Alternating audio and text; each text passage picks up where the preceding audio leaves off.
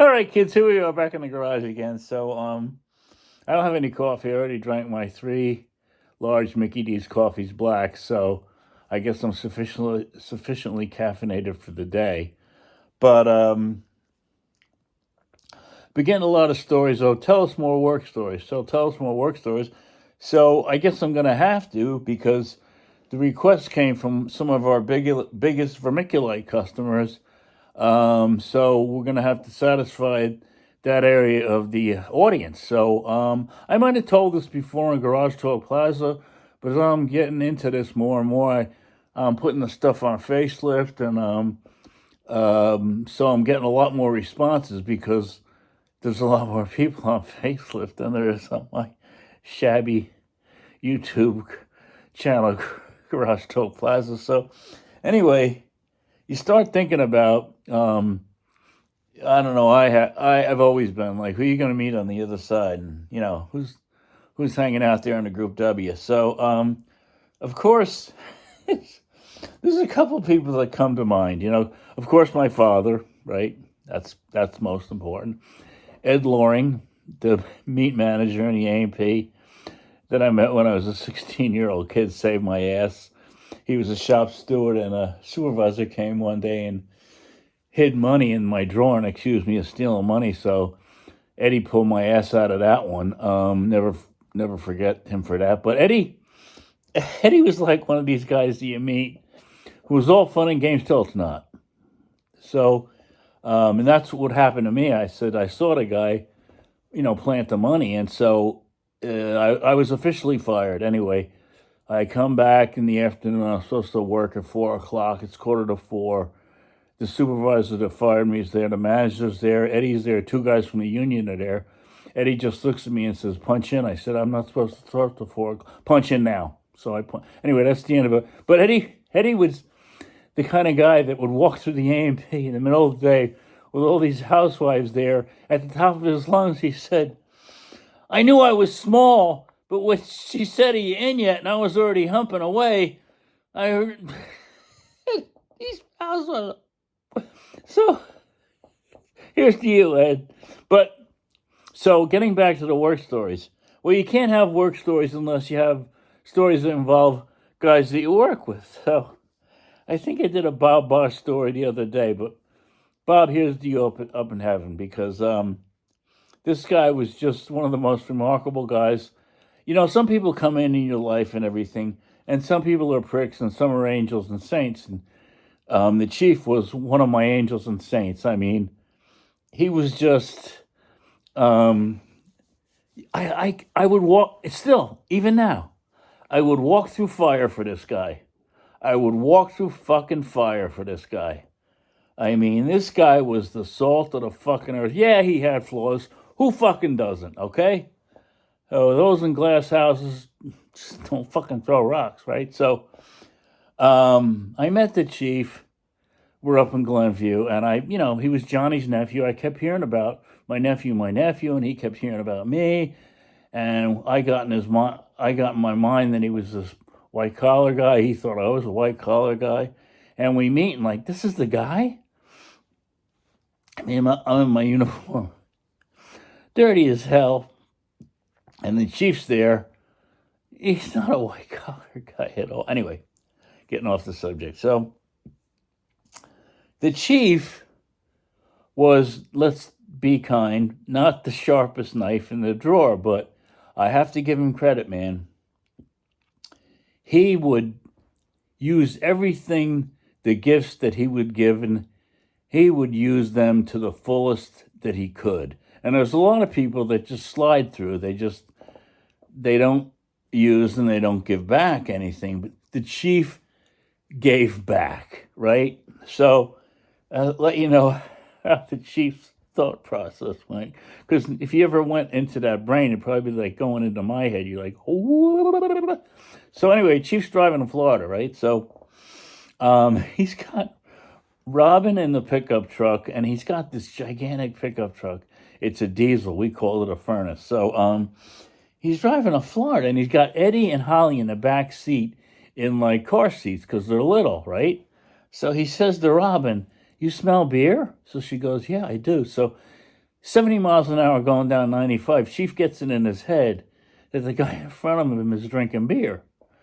So Robin says, what if the chief said Robin swore to it, right? So she said, maybe you better pull over and let that guy get up a little bit. So the chief pulls over and he still smells beer. It turns out that Edward took a beer out of the cooler that was in the back seat of this furnace. And for somehow he got, kids, I don't know how they do what they do. He got like a tie pin or some kind of pin and he punctured a hole in a beer can. That's why he was smelling beer. So, anyway, that's not what I came here to talk to you about. And this is what I gotta get a drink now. Holy cow! All right, so, I think I told this story on Garage Talk Plaza, but I want to tell the story again for all the people on facelift. So, I'm gonna go to Florida. It's March. I'm sick of the cold weather, and so anyway, I wasn't gonna tell the chief I was gonna go because, I'm gonna go with you. If he's going to go with you, that means that you're leaving Jersey, right, at 8 o'clock in the morning, and you're not going to stop till like midnight till you get to Florida. That's not the way this guy rolls. I go at 8 o'clock, I stop at 5 o'clock, I get a hotel, sleep over. No, not the chief. I'm going to drive straight through just like my uncle. So he finds out I'm going to go to Florida. Chief, can I go with you? I said, yeah, you can, Bob, but I'm not driving straight through. All right. So anyway, we're supposed to meet at a diner in Patterson, and that morning he lived up in bumfuck. So the chief got sick once, in his life, and I still can't believe that nobody visited him because stigmas and all this other horse shit, but I made it a point to stay. If I'm your friend, I'm your friend for life. Case closed. So anyway, the chief, we meet in Patterson and we're drinking coffee. It's like 8 in the morning. We're gonna get on whatever the hell, 80 to 90, or Turnpike to 95. That's what it was. So I got something to ask. It's freezing out, right? I got something to ask you, but I already know the answer. I go, Bob, I'm not driving straight through. All right, just thought I'd ask. So, anyway, we're driving down together. We're using headlights to flash each other if somebody needs to stop for a pee break or get gas or something. So, we're flashing each other on and off, stopping for gas, getting something to drink, taking a break and everything. So, I start flashing my lights at like 5 o'clock. It's getting dark, and it's finally you can start taking some clothes off because it's getting warm. We're in South Carolina, probably coming into the Georgia border, right? So or whatever. So anyway, I flashed my lights, and so he pulls over. I said, Bob, I'm going to look for a motel. Already? I said, Bob, we've been going 10 hours already or whatever, All right. So we find a motel. Now it's like 6 o'clock. And I go, Bob, I'm going to take a shower, clean up, go out and get something to eat and some beers and stuff. All right. So I get in the shower, right? I get out of the shower. Chief's on the bed, out. It's like 6:37 at night. He's out, man. I figure he's just taking a nap, right? He's a married guy. He's got kids and everything, so probably doesn't get a lot of chance to take a load off like that. So I go out. I come back like a half hour later. He's still out. I mean, he's out. He's dead to the world. So I take his shoes off. I put him under the covers, and he's out. I'm watching TV. I got the TV on low. So, I don't know, 9, 10 o'clock, I go to bed. Next morning I get up, he's still out. So, all right, take another shower, get ready to go. Go out, get us both coffee, something to eat and everything. I figure he'll be back. He'll be up when I get back. Nope, he's still out. So I wake him up. This is vintage him, right? Bob, wake up, wake up. Oh, it's morning already? Yeah, it's morning, Chief.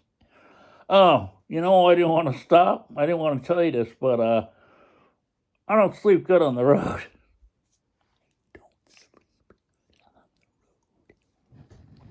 So, anyway, now we're gonna come on the Florida state line. So we're buzzing along. Everything's do do do do do do do.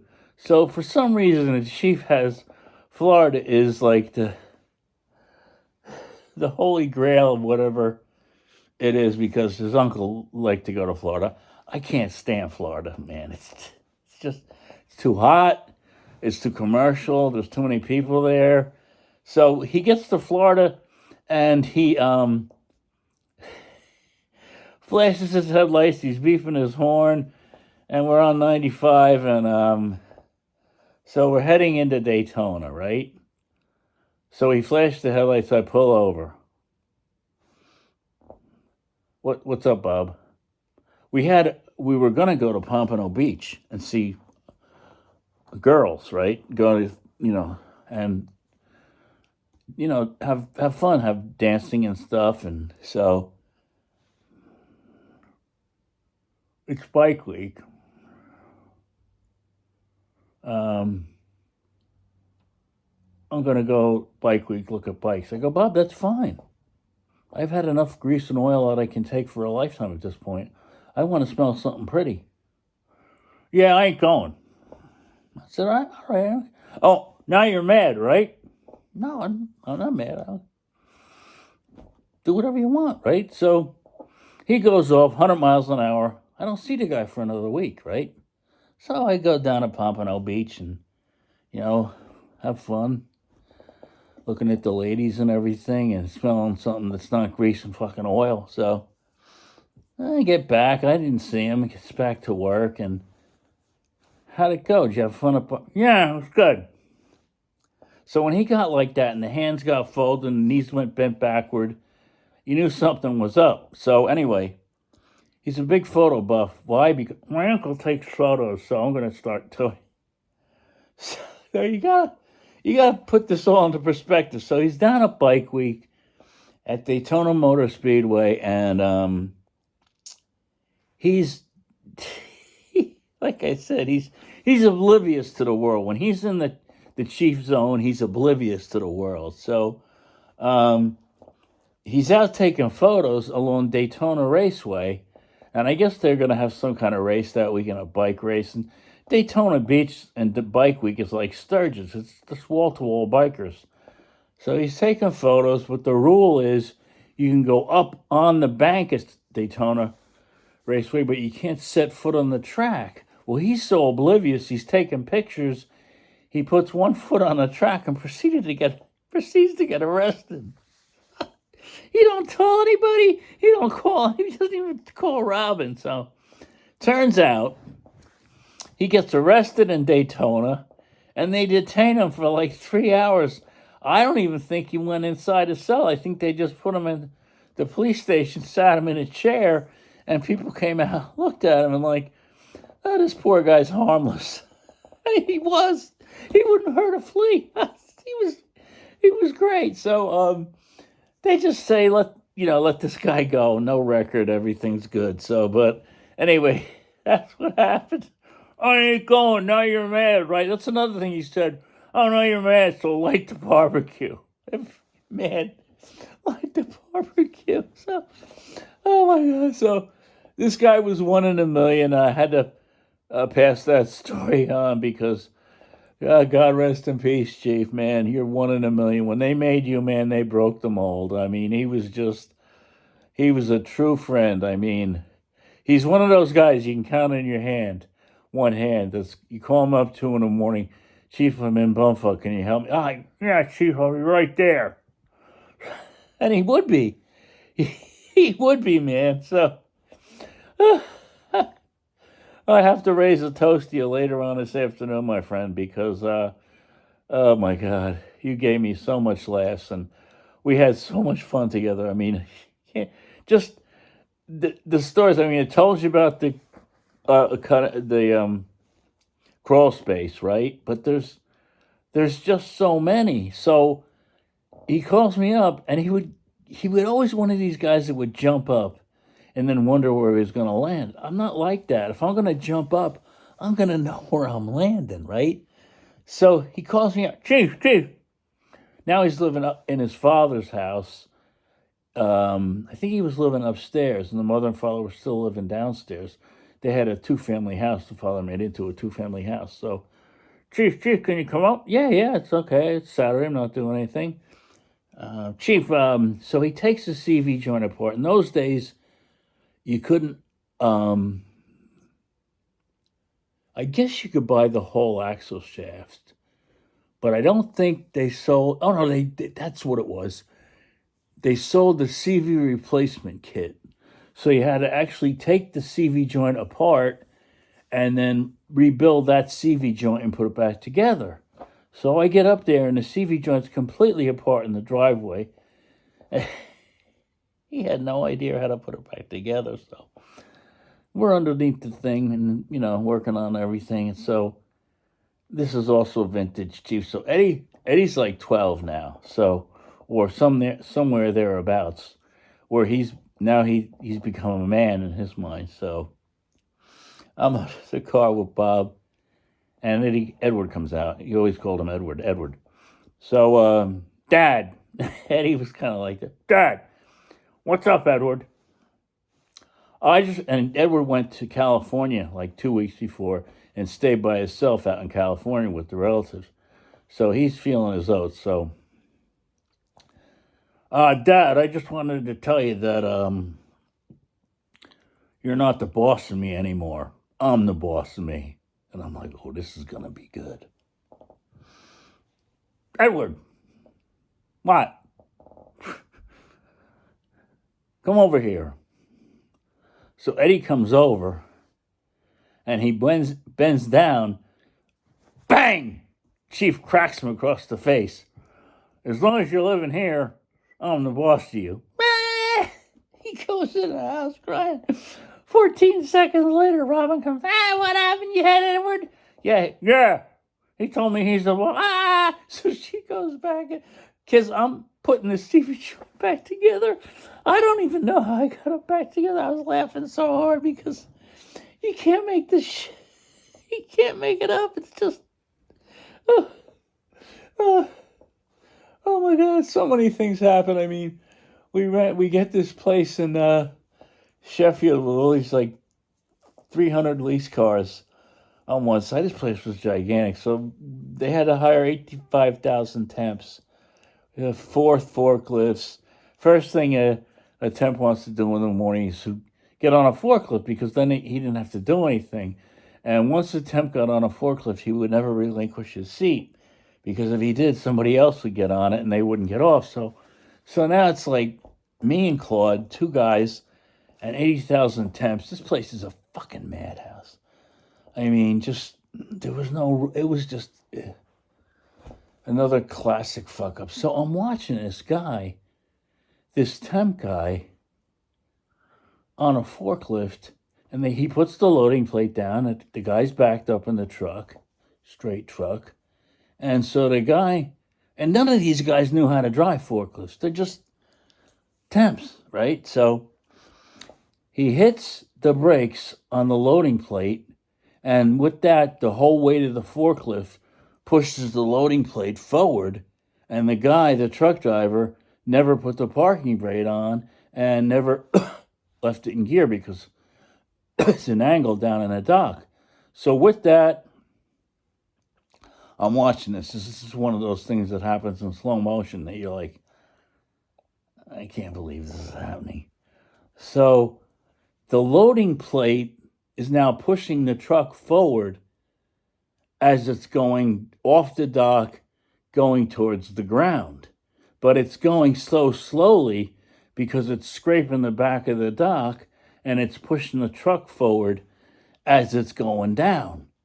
So I'm like, what the fuck is wrong with this picture? So now the truck driver's wigging out because he knows that he fucked up. This guy on a forklift, he's trying to get off. I'm like, no, stay on it. stay on it, right? So he stays on it. It hits the ground. He's gone. Never got on a forklift again. And I don't remember but did those stories ever make it up to Montville? No, they did not. No, they did not. Kurt had enough problems on his hands up there without hearing about this lunacy that we're running down here, man. So, oh, that's another good Bart story. So, Bart's got an Audi. So, there's like, I don't know, 200 given Mercedes down there at a time. There were, I think they had them, they called them executive cars. So, people had them for 6 months, something like that, and they turned them in, and the company was going to lease them. So, I'd get a truck in a day, new car carriers a day, would unload a bunch of cars, lease cars, and I had like whatever it was, 6, 8 cars that were going back that were going to be sold as executive cars. So my gig was to take the cars in, look at them, make sure that everything worked on them, replace what needed to be, but they were new. If the stuff that needed to be replaced was minor, it was just, mats and wipers and lights out and that kind of nothing serious. He changed the oil, whatever. So I had a guy that came down there.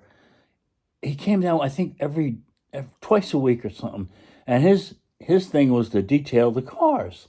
So he had a van and everything with a pressure washer and vacuum cleaner and everything. And so independent guy, but he did a great job on the car. So when he got done with a car, it was ready to go. I mean, he shampooed the rugs, he vacuumed it, he washed it, power washed it, waxed it, detailed the shit out of it. But he, every couple of weeks he wouldn't show up. So I'm like, I don't care, not my business, right? So I'm pulling one of the cars out of the shop there, because the new car guy's now unloading his cars, and I got to get him the cars ready that he can drive on the carrier, take away. So I hit the brakes. Here comes a fifth of vodka under the seat empty. So I'm like, okay, now I know what's going on with this guy once every couple of weeks. So anyway, Bart has an Audi. So he says, can you get this guy to detail my car? I'm like, yeah, no problem. Just bring it down or whatever. Or I picked it up, or I don't remember what happened. So he goes, how am I going to pay the guy? I said, you don't have to. I told the guy, I said, just write it up as, because there was so many cars going through there. And money was not a question in those days. I mean, Mercedes had so much money in those days. So I said to the guy, just make up an RO and take a chassis number from somewhere.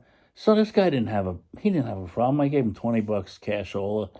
So he did it. So the car's down there, and this is one of the days the guy doesn't show up. So the Audi's down there, and so I was supposed to bring it home that night. So it wasn't done. So I figured I'll leave it for the next day, the guy to do it, right? So Bart calls me, is my car done? My car done? I said, no, the guy didn't show today. I had to leave it. You left it down there? I said, yeah, I left it down there. Oh, my God. Somebody's going to vandalize my Audi. Oh, yeah, there's 200 brand new Mercedes here, and they're going to pick your Audi to vandalize. Oh, my. Again, cannot make it up. Like and subscribe.